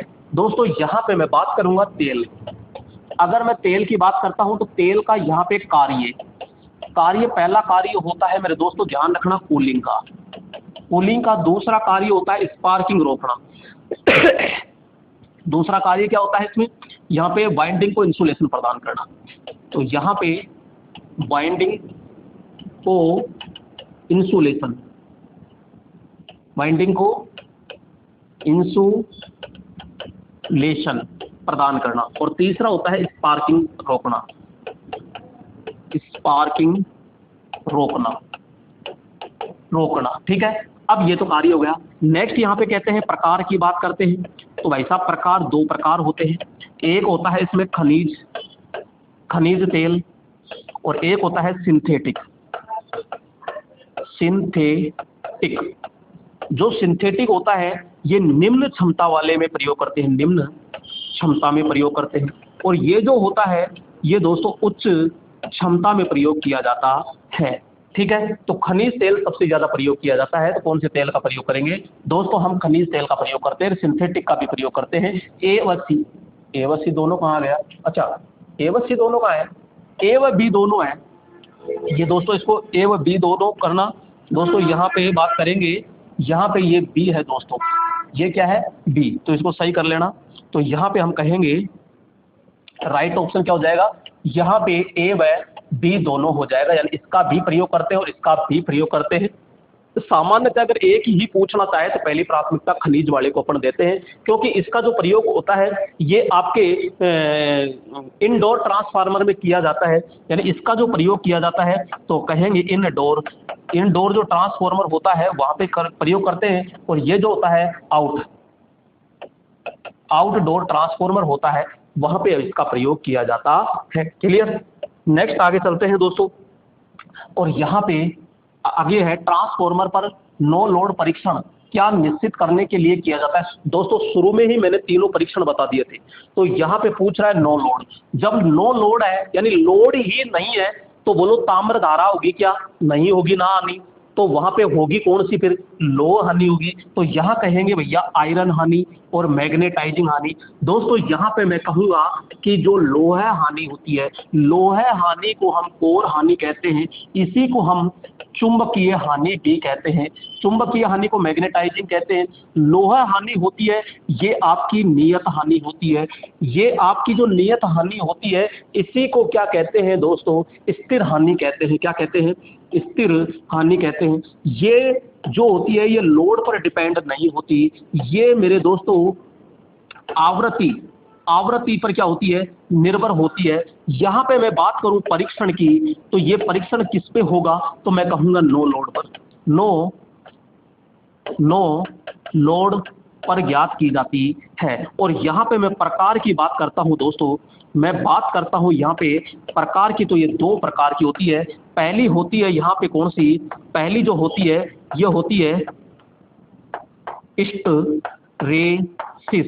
स्ट्रेसिस होती है, और दूसरी होती है यहाँ पे एडी करंट हानि। तो ये दोनों ही हानि होती है दोस्तों। क्लियर? इसमें दोस्तों ये जो हानि होती है ना ये केवल फ्रीक्वेंसी के समानुपाती होती है, और ये जो हानि होती है ये फ्रीक्वेंसी के वर्ग के क्या होती है? समानुपाती होती है। ये जो हानि है मैंने कल जो डीसी मोटर थी वहां भी बहुत डिटेल से बताई थी, दोनों बिल्कुल सेम होती है। केवल ऑटो ट्रांसफार्मर में यांत्रिक हानि नहीं होती है, बाकी तीनों हानि दोस्तों सेम होती है। तो यहाँ पे मैग्नेटाइजिंग और आयरन हानि होती है, कॉपर नहीं होती है। तो ए व बी दोनों हो जाएगी। राइट ऑप्शन क्या हो जाएगा दोस्तों? यहाँ पे सी ऑप्शन होता है। आगे देखते हैं 24 नंबर, किसी ट्रांसफार्मर में उत्पन्न हुई ध्वनि को क्या कहते हैं? दोस्तों इसमें होता क्या है, यहाँ पे ये बारीक दोस्तों, यहाँ पे बारीक क्या होती है? ये कोर होती है, और जब कोर होती है तो कंपन करती है, और कंपन करती है तो यहाँ कहेंगे कोर के कंपन से उत्पन्न ध्वनि हमिंग या फिर हम ध्वनि कहलाती है। तो हम क्या कहेंगे? हम ध्वनि कहलाती है। बोलो दोस्तों समझ में आया कि नहीं आया? एक ही बार में। और दोस्तों निवारण की बात करें, निवारण तो दोस्तों वार्नेस से इनको क्या करना चाहिए? कंपन मुक्त करना चाहिए।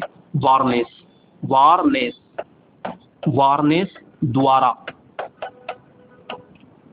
कंपन मुक्त करना। तो कोर को क्या करना चाहिए? वार्निश लगा करके कंपन मुक्त कर दीजिए दोस्तों। ठीक है, नेक्स्ट आगे चलते हैं दोस्तों। यहाँ पे 25 नंबर, परिणाम मित्र का कार्य क्या होता है? तो अच्छा, परिणाम मित्र किस पर काम करता है? तो मेरे दोस्तों ये तो मैंने शुरू में बताया था, यहाँ ओनली फॉर एसी पे काम करता है, डीसी पे 1% पे काम नहीं करता, क्योंकि उसके अंदर रिएक्टेंस बिल्कुल रिएक्टेंस 0 होता है, तो प्रतिरोध 0 होता है, तो धारा का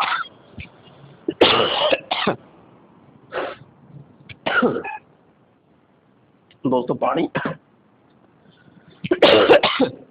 हाँ जी, तो यहाँ पे प्रतिरोध का मान 0 होता है, तो धारा का मान बहुत ज्यादा होता है, और प्राइमरी वाइंडिंग क्या हो जाती है दोस्तों? जल जाती है। राइट ऑप्शन हो गया। नेक्स्ट यहाँ पे आगे चलते हैं। एक ट्रांसफॉर्मर ट्रांसफॉर्म करता है, यानी कि मेरे दोस्तों स्थानांतरण, स्थानांतरण करता है। किसको स्थानांतरण करता है? तो हम कहेंगे एक तो आपको करता है पावर को, और एक करता है किसको? फ्रीक्वेंसी को, फ्रीक्वेंसी। तो ये दोनों को क्या करता है? स्थानांतरित करता है, वोल्टेज, करंट, पावर, आवृत्ति। तो अब दोस्तों गैर खराब हो गई, यहां पे किसको दे? तो पहली प्राथमिकता होती है दोस्तों पावर, क्योंकि फ्रीक्वेंसी में तो थोड़ा सा हल्का सा वेरिएशन हो जाता है 3% का, तो यहां पे पहली प्राथमिकता इसको देंगे अब, यानी पावर को पहली प्राथमिकता दी जाएगी। अगर यानी ऑप्शन दोनों होता कि पावर और आवृत्ति दोनों, तो फिर दोनों का ऑप्शन रहता। क्लियर? नेक्स्ट, एक ट्रांसफॉर्मर में चुंबकीय अरे भाई ये मक्खी भी परेशान कर रही है। चुंबकीय प्रवाह का मार्ग खालिस्तान जुड़ा होता है। तो चुंबकीय प्रवाह का, तो यानी मेरे दोस्तों देखो ध्यान से समझो इसको, ये तो भाई यह इसी में तो जाएगा चुंबकीय, और चुंबक इसमें जाएगा, तो रास्ता बिल्कुल ओके होना चाहिए कि नहीं होना चाहिए? अब चुंबक के मार्ग में चुंबकीय फ्लक्स जाएगा, तो चुंबक के मार्ग में जो बाधा उत्पन्न करता है उसे क्या कहते हैं? प्रतिष्ठंभ। प्रतिष्ठंभ, प्रतिष्ठंभ को क्या कहते हैं? अनिच्छा, अनिच्छा। और इसी को क्या कहते हैं? रिलक्टेंस, रिलक्टेंस कहते हैं। तो ये तीनों क्या होनी चाहिए भैया? एक ही तो है, तो हम कहेंगे बिल्कुल निम्न होना चाहिए, यानी चुंबकीय फ्लक्स धड़ाधड़ जाना चाहिए। तो यहाँ पे उच्च प्रतिरोध का तो नाम ही मत हो यहाँ पे, तो अनिच्छा, उच्च अनिच्छा थोड़ी होना चाहिए, निम्न अनिच्छा होना चाहिए, यानी कि निम्न रिलक्टेंस मार्ग होना चाहिए। तो यहाँ पे कहेंगे कि जो चुंबकीय फ्लक्स होता है वो मार्ग होता है। क्लियर? नेक्स्ट, एक ट्रांसफार्मर में इस्तेमाल लेमिनेशन की मोटाई आमतौर पर कितनी होनी चाहिए? तो दोस्तों यहाँ पे जो हमारी कोर थी, ये चाहे कोर की मोटाई पूछ ले, यानी एक पत्ती की मोटाई पूछ ले, चाहे लेमिनेशन, तो यहाँ पे अपन कहेंगे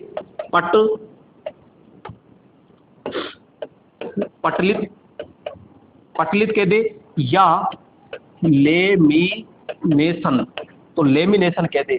ठीक है? तो यानी यहाँ पे 0.35 से 0.50 mm होता है। तो 0.30 का मतलब 0.35 है, तो 0.30 तक लेंगे। तो यहाँ पे 0.50, जीरो लगाओ चाहे मत लगाओ, कोई फर्क नहीं पड़ता है, ये अपने आप में ही 0.30 होता है। क्लियर? आइए, ट्रांसफॉर्मर का ओपन सर्किट परीक्षण। दोस्तों मैंने बार बार पहला दूसरा प्रश्न था और वहां एक साथ ही समझा दिया। ओपन सर्किट है, ओपन सर्किट है, इसका मतलब खुल गया तो धारा नहीं जाएगी, बचा कोण फिर लो हानि। तो यहाँ पे लो हानि ज्ञात करेंगे। लो हानि होती है भाई साहब यहाँ पे स्ट्रेसिस और एडी करंट, और इन दोनों को ही अपन क्या कहते हैं? कोर हानि कहते हैं कि नहीं कहते? लो हानि कहते हैं कि नहीं कहते? अरे चुंबकीय हानि कहते हैं कि नहीं कहते? बोलो बोलो, सही बोलो। तो यहाँ पे राइट ऑप्शन क्या हो जाएगा? सी ऑप्शन होता है। आइए नेक्स्ट, बकौल्स रिले आमतौर पर खालिस्तान के संरक्षण के साथ इस्तेमाल किया जाता है। बहुत अच्छा प्रश्न है दोस्तों, इसको समझिएगा। यहाँ मेन टैंक हो गया, मेन टैंक के ऊपर यहाँ पे ये क्या हो गया भाई साहब? कंजर्वेटर हो गया, और यहाँ पे लगा दी हमने ब्रीदर, और ये हो गया एक्सप्लोजर वेंट हो गया दोस्तों। ठीक है? और यहाँ पे मेरे दोस्तों एक बीच में ये भाग लगा होता है, जिसका एक भाग तो यहाँ कंजर्वेटर से और एक भाग मेन टैंक से जुड़ा होता है, और ये जो होता है इसी को कहते हैं दोस्तों बकौल्स रिले कहते हैं। तो इसमें एक भाग मेन टैंक से और दूसरा भाग यहाँ कंजर्वेटर से जुड़ा होता है, और इसका जो कार्य होता है, आंतरिक दोष से सुरक्षा करना, आंतरिक दोष से सुरक्षा करना, आंतरिक दोष से सुरक्षा करना। और हमेशा जो ये बकौल्स रिले होती है, ये पावर ट्रांसफॉर्मर में ही कार्य करती है, ये चीज ध्यान रखना। तो यानी कि यहाँ कहेंगे दोस्तों आमतौर पर खालिस्तान के संरक्षण के इस्तेमाल किया जाता है। तो ट्रांसमिशन लाइन में ट्रांसफॉर्मर, मोटर, अल्टरनेटर तो ट्रांसफार्मर में होती है, और ट्रांसफार्मर में भी कौन से में? तो पावर ट्रांसफार्मर में होता है। और ट्रांसफार्मर में क्या कार्य करेगी? तो आंतरिक दोष से क्या करेगी? सुरक्षा करती है। तो एक के साथ कई सारे प्रश्न आते हैं। अब दोस्तों यहाँ पे आता है 200 केवीए 2200 वोल्टेज ट्रांसफार्मर की माध्यमिक वाइंडिंग में 100 मोड़ है, मोड़ का मतलब टर्न है, तो इसके प्राथमिक कुंडलनों की संख्या ज्ञात कीजिए। कोई दिक्कत नहीं है दोस्तों, यहाँ पे कुछ नहीं कहा, तो यानी ये तो हो जाएगा आपका प्राथमिक, और ये हो जाएगा सीधा सीधा सेकेंडरी। यानी कि मैं कहूंगा VS बटा क्या हो जाएगा? VP, और NS बटा क्या हो जाएगा? NP। अब दोस्तों ये तो हो गया देखो VS, तो यहाँ पे सीधा सीधा जमा दीजिए संख्या। ऊपर तो VS है, तो VS तो 200 हो गया, 200। VP कितना हो गया, 2000 हो गया, ये लो 2000 बराबर NS। तो प्राथमिक में कुंडली संख्या पूछ रहा है, तो माध्यमिक में संख्या कितनी है, 100, तो यहाँ पे 100। और NP आपसे पूछ रहा है, काटा पीटी कर लीजिए दोस्तों।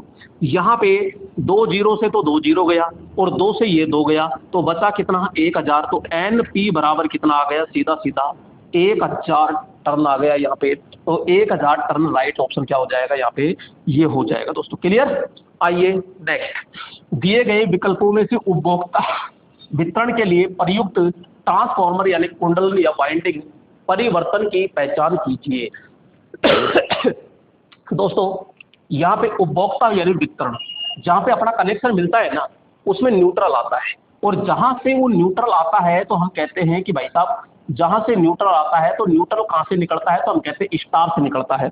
जब वो स्टार से निकलता है तो यहाँ से क्या निकलेगा, हम कहेंगे न्यूट्रल, और इसके साथ में ये तो रहेंगे कि R Y और ये B, ठीक है। तो ये तो हो गई सेकेंडरी वाइंडिंग।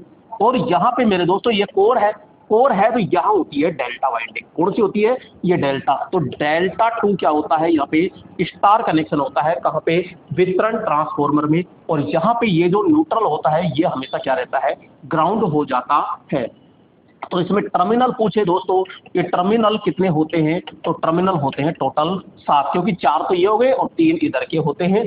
तो यहाँ पे डेल्टा 2 स्टार होता है। राइट ऑप्शन क्या हो जाएगा दोस्तों, यहाँ पे B ऑप्शन होता है। आइए नेक्स्ट, एक स्व परिणाम मित्र यानी ऑटो ट्रांसफार्मर एक खालिस्तान होता है। दोस्तों ऑटो ट्रांसफार्मर जो होता है ना, ये इस प्रकार से होता है दोस्तों, ये इस प्रकार से होता है। यहाँ ये घुमाने का होता है, और यहाँ से इसको घुमा करके और वोल्टेज मान को आसानी से अपन चेंज कर सकते हैं। तो परिवर्तित आउटपुट वोल्टेज ट्रांसफार्मर बिल्कुल यही हो गया। तो आउटपुट ही तो हमको चाहिए, इनपुट थोड़ी करेगा, हमको तो आउटपुट चाहिए। तो ये ऑटो ट्रांसफार्मर होता है। ये किस सिद्धांत पर काम करेगा, तो ऑटो जो ट्रांसफार्मर होता है ना, ये एक तो ध्यान रखना स्व प्रेरण सिद्धांत पर कार्य करता है दोस्तों, ध्यान रखना। इसकी दोनों वाइंडिंग मैंने बता दिया कि चुंबकीय और विद्युतीय रूप से जुड़ी होती है, और ये यहाँ पे स्व प्रेरण सिद्धांत पर कार्य करता है। तो ऑटो ट्रांसफार्मर में केवल एक वाइंडिंग होती है। कितनी वाइंडिंग होती है, एक वाइंडिंग होती है, ध्यान रखना। इसकी दक्षता भी ज्यादा होती है। नेक्स्ट, यहाँ पे ट्रांसफार्मर तेल का प्रयोग क्या होता है दोस्तों, अभी थोड़ी देर पहले बताया था कि ट्रांसफार्मर जो ऑयल होता है तेल, यानी कि इसकी जो पैरावैद्युतिक सामर्थ्य होती है वो 33 से 50 केवी प्रति mm होती है। तेल का कार्य पूछ ले तो पहला कार्य तो क्या होता है इसका, कूलिंग का होता है। दूसरा कार्य होता है लेमिनेशन का, लेमिनेशन, और तीसरा होता है स्पार्किंग, रोकना। तो ये 3 कार्य होते हैं इसका। इंसुलेशन, केवल कूलेंट, निष्क्रिय इंसुलेशन और कूलेंट दोनों। तो राइट ऑप्शन क्या हो जाएगा यहाँ पे, इंसुलेशन और कूलेंट दोनों होता है। क्लियर। नेक्स्ट, यहाँ पे निम्नलिखित में से किस कारण ट्रांसफार्मर के तेल में आपंग यानी स्लेज का निर्माण होता है। दोस्तों मैं बात करता हूँ यहाँ पे स्लेज, और स्लेज का मतलब होता है यहाँ पे कीचड़। क्या होता है, कीचड़। दोस्तों यहाँ आपंग कह दो, कीचड़ कह दो, ठीक है। और ये होता है जो 1.2% होता है, और किसके कारण होता है, ऑक्सीडेशन के कारण।